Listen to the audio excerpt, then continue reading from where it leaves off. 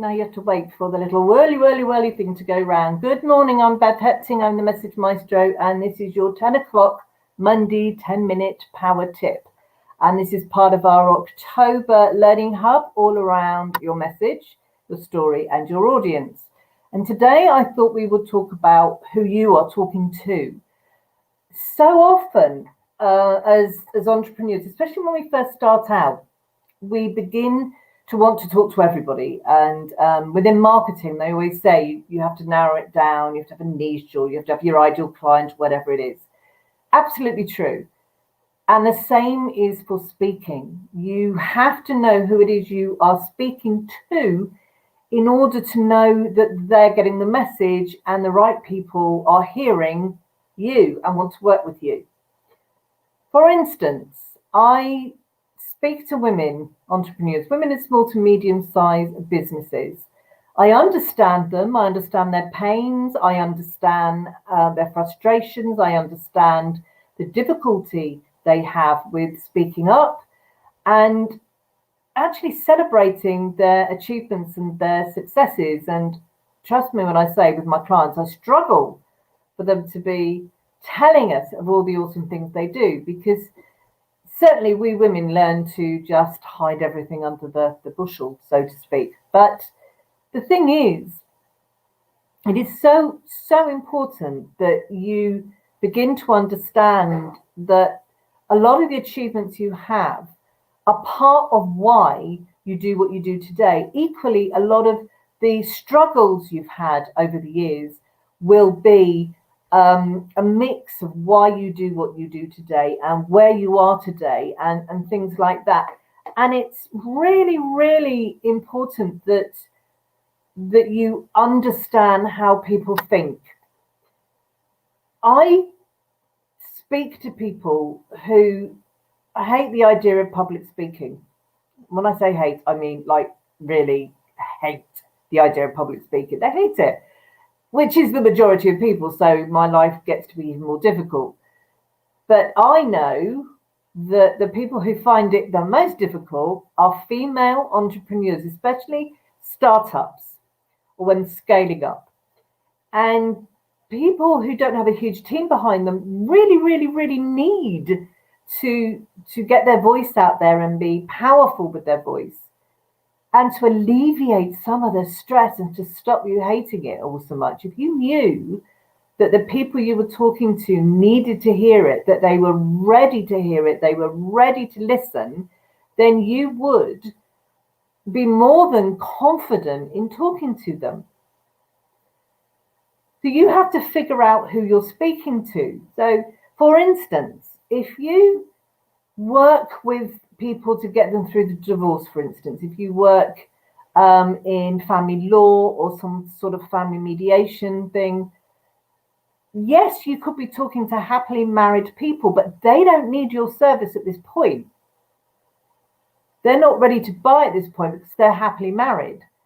Now, 3 years down the line, they may not be and remember you and come to you, but you are talking to people whose pain, whose problem is divorce, messy divorce, needing help with their divorce, understanding the legalities of their divorce. What do they do with the house? All of that sort of thing. Those people want to hear from you, and they want to hear how you can help them solve that problem. It's the same if you are a restaurant, beautiful food. You have a mixed menu. You're not talking to vegans and vegetarians directly. You are talking to people who love food. Now, obviously, you're going to have those alternatives for people who don't eat meat or vice versa. But you're predominantly talking to people who love food, who love good food and want to find somewhere where they can go and have good food, maybe at an affordable price or maybe with a range in the menu, whatever it may be. They're who you're talking to. Now, if you're a restaurant that only caters for vegans or vegetarians, then you are not talking to meat eaters. It's a different message. They're not the people you're talking to, because they won't come to your restaurant.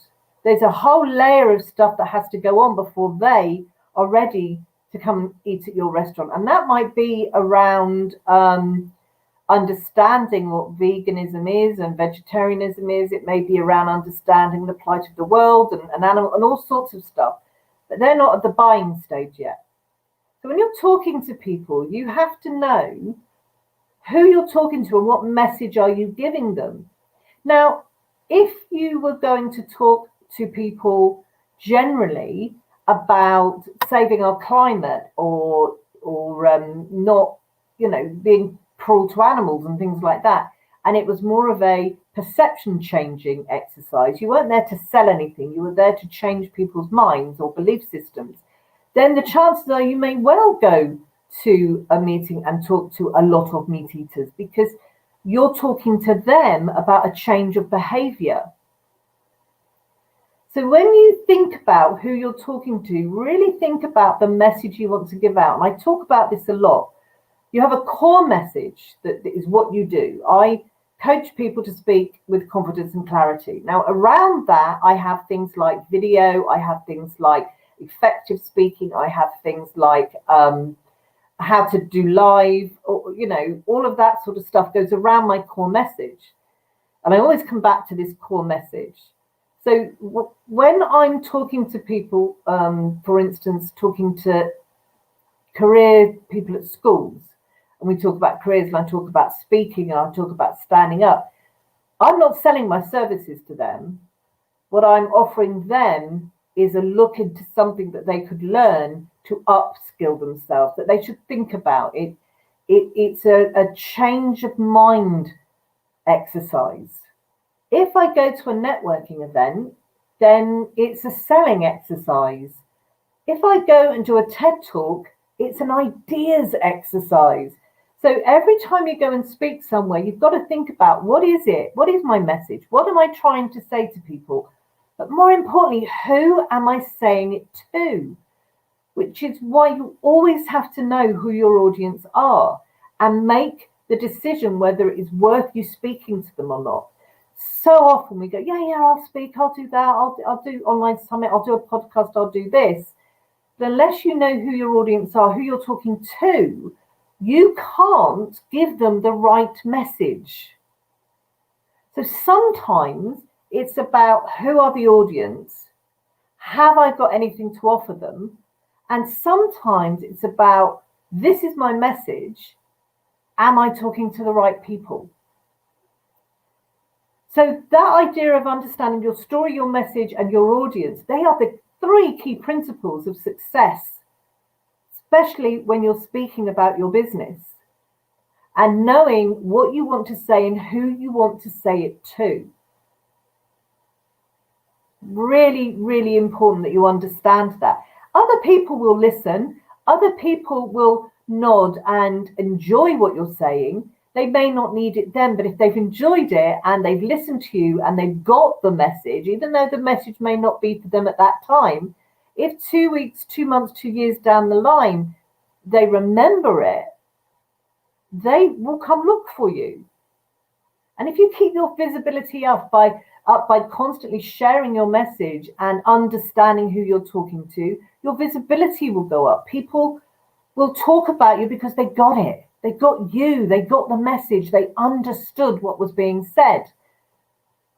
And part of your content creation when you're speaking, when you're doing video, when you're doing one thing or another, you have to know what it is you want to say, why do you want to say it, and who's going to listen to it. And sometimes those 3 don't balance out. And there is nothing wrong with saying, no, it's the wrong audience, and not jumping at every opportunity given to you because you just think, I've got to talk to everybody. You don't. If you work with women and only women, then you're not going to be talking to men, unless your message is to get them to pass on the message to their wives, girlfriends, mothers, sisters, whoever it may be. That's why you have to know. Because you want everyone in your audience to go away feeling enlightened and educated and everything else by your presentation, and loving having listened to you, even if they're not going to buy from you.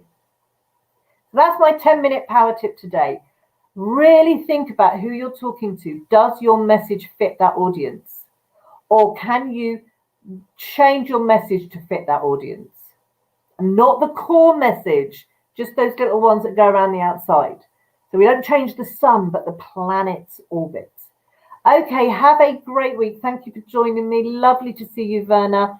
And all of those of you that watch the replays, please comment and let me know what you think, any questions you have, anything you want cleared up about that. I am more than happy to help you and to answer those. So I'm going to go off now. Lots of work to do today, building up for the whole new stuff that we're going to have in the new year. And I will talk to you again next week. Bye.